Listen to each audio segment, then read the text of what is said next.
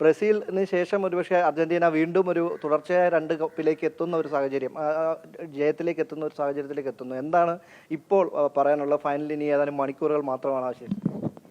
അല്ല, ഈ ഫൈനൽ മത്സരം ലോകമാകെ ശ്രദ്ധിക്കുന്ന ഒരു മത്സരമാണ്.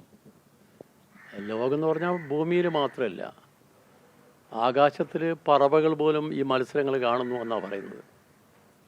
അവിടെ മാലാഖമാർ കാണുന്നു എന്നാണ് ഇറ്റാലിയൻ കവി പറഞ്ഞത്. അപ്പോൾ അത്രമാത്രം പ്രധാനമാണ് ഈ ഫുട്ബോൾ മത്സരം.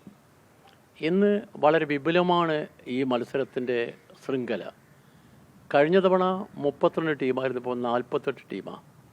ആ 48 ടീമുകൾ കൂടി നടത്തിയിരിക്കുന്ന വലിയ മത്സരത്തിൻ്റെ ഭാഗമായിട്ടാണ് ഇപ്പം 2 പ്രധാനപ്പെട്ട ടീമുകൾ മത്സരത്തിൻ്റെ രംഗത്തുള്ളത്. ഒന്ന് അർജൻറ്റീന 2 തവണ ചാമ്പ്യന്മാരായവരാണ്. മറ്റൊന്ന് സ്പെയിനാണ്. സ്പെയിൻ ഒരിക്കലാണ് ചാമ്പ്യന്മാരായത്.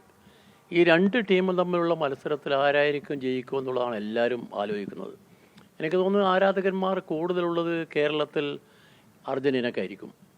കാരണം മെസ്സി എന്ന് പറയുന്നൊരു പ്രതിഭയുണ്ട്. ഒരുപക്ഷെ ലോകത്തിൽ ഇന്ന് ജീവിച്ചിരിക്കുന്ന ഏറ്റവും വലിയ ഫുട്ബോളർ ആരെന്ന് ചോദിച്ചാൽ 2 അഭിപ്രായമില്ല, മെസ്സി തന്നെയാണ്. മെസ്സി അത്രമാത്രം ഫുട്ബോളിനോട് കൂറും താല്പര്യവും, കളിയിൽ അദ്ദേഹം കൃത്യമായ നിലപാടുള്ള ആളുമാണ്. അതുകൊണ്ട് തന്നെ മെസ്സിൻ്റെ കളി കാണാൻ ആളുകളെല്ലാം കാത്തിരിക്കുക.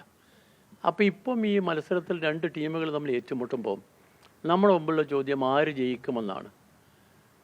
ആര് ജയിക്കുമെന്ന് ചോദിച്ചാൽ നമുക്കിപ്പം പഴയ കാലം പോലല്ല, ഇപ്പം അങ്ങനെ പ്രവചനം ഒന്നും നിലനിൽക്കുന്ന കാലമല്ല.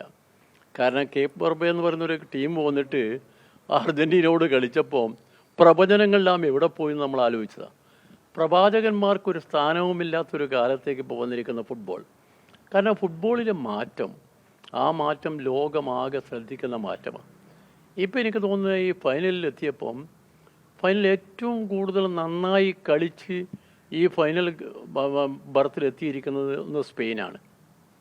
ആ സ്പെയിൻ അധികം ഗോളുകൾ വഴങ്ങാത്തൊരു രാജ്യമാണ്. പക്ഷെ അവർ നല്ല ഡിഫൻസാണ്, നല്ല മിഡ്ഫീൽഡാണ്. അവരുടെ കേന്ദ്ര നിയന്ത്രണം എന്ന് പറയുന്നത് യമാൽ എന്ന് പറയുന്ന 19കാരനാണ്.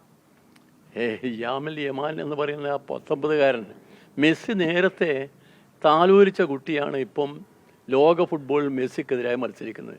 അത് രസകരമായൊരു കാര്യമാണ്.